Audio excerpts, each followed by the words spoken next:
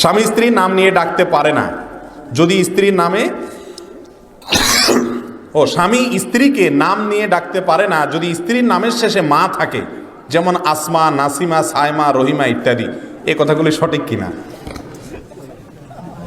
মানে বইয়ের নাম যদি থাকে আসমা বা আপনার কি সাইমা, তাহলে শেষে মা আছে, তাহলে বউরে মা বলা হয়ে যাবে।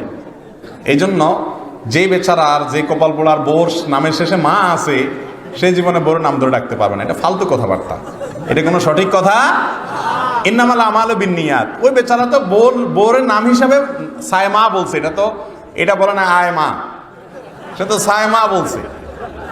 আয় মা যদি বলতো নাউজুবিল্লাহ, তাহলে আয় মা দুইটা মিলে আয় মা, বউরে মা ডাকতো, সেটা আরেক বেজাল হইতো, বিবাহ না টিকার সম্ভাবনা ছিল, জেহার হতে পারতো। কিন্তু সাইমা টাইমা বা এরকম মা বললে শেষে কোনো অসুবিধা।